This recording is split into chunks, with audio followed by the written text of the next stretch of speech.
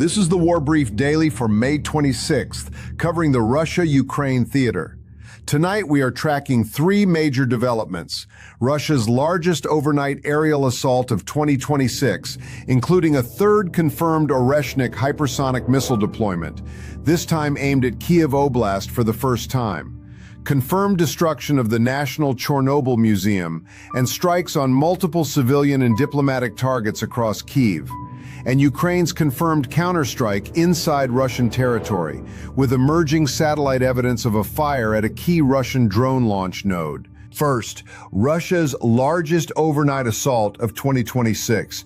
This is confirmed by President Zelensky, the Ukrainian Air Force, Reuters, The Washington Post, and The Guardian. On the night of May 23rd into May 24th, Russia launched 90 missiles and approximately 600 attack drones, 690 total aerial assets. Included in that package was an Oreshnik intermediate-range ballistic missile. This is the third confirmed combat deployment of the Oreshnik in this war, and the first time it has been aimed at Kyiv Oblast. The weapon was fired from Kapustin Yar in Astrakhan Oblast and struck the city of Bila Tserkva in the Kyiv region. The Oreshnik travels at Mach 10 or faster. No Ukrainian air defense system can intercept it. Ukraine's Air Force downed 549 drones and 55 missiles, an intercept rate of approximately 91.5%. That performance is extraordinary. But here is the structural problem. Each Shahed drone costs Russia between $20,000 and $50,000. Each Ukrainian interceptor costs up to $500,000. Russia is deliberately engineering a cost-attrition war alongside the physical one. Winning the intercept rate does not mean winning the cost war. At least 4 civilians were killed. Zelensky confirmed at least 83 injured by Sunday morning.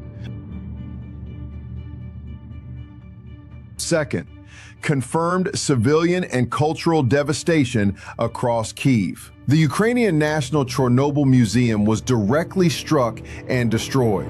This is the institution that documents the 1986 Soviet nuclear catastrophe, and it was hit the same night Russia deployed a Mach 10 hypersonic missile toward Kyiv Oblast. The National Art Museum of Ukraine was also hit. The Ukrainian Foreign Ministry building sustained damage, confirmed by AFP and wire services as the first strike on that building since World War II. That is not a random target. Russia struck the institutional apparatus of Ukrainian sovereignty. Additionally, a water supply facility was destroyed, a market burned down, dozens of residential buildings and multiple schools were damaged, and a shopping center in central Kiev was struck. Russia's former president, Dmitry Medvedev, publicly called for Kiev to be left as, quote, ruins and gray ashes. That is official Russian rhetoric, not a new operational order, but treat it as a strategic communication signal. Third, Ukraine's counterstrikes and the frontline picture. Confirmed.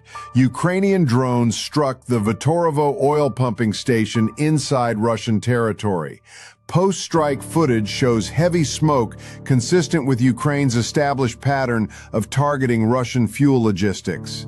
Emerging, not yet confirmed, satellite data from the Primorsko-Akhtarsk area in Krasnodar Krai shows a fire at what is assessed to be a primary Black Sea Shahed launch airfield, one of the nodes used to send drone waves into southern Ukraine. If confirmed, Ukraine struck the same runway that launched the drones the night before. Ukrainian attribution has not been officially confirmed. This remains a single-source emerging report. On the front lines, no confirmed territorial shifts in the last 24 hours. ISW's May 24th assessment notes that April 2026 marked Russia's first net territorial loss since August 2024, and Russian ground advances have been slowing steadily since November 2025. A pro-Russian mill blogger claim of Russian seizure of Vasilivka in Donetsk Oblast is not independently confirmed as of this brief. Watch. Final casualty figures. They have historically doubled within 24 hours of comparable strikes. Satellite confirmation of the Primorsko-Akhtarsk Air Base fire. Any Russian follow-on strike announcement or execution. NATO and allied government responses to Russia's third confirmed Oreshnik deployment, now aimed for the first time at Kyiv Oblast, and independent confirmation or denial of the Vasilivka claim. That is your War Brief Daily for May 26th.